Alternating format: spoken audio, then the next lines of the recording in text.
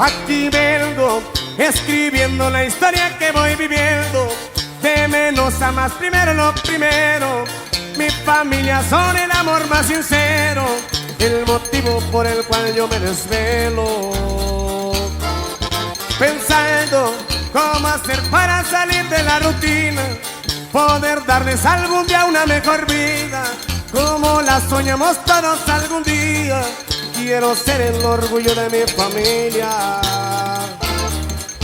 Las cosas tan difíciles que a veces pienso no lo lograré, pero nunca me he doblado.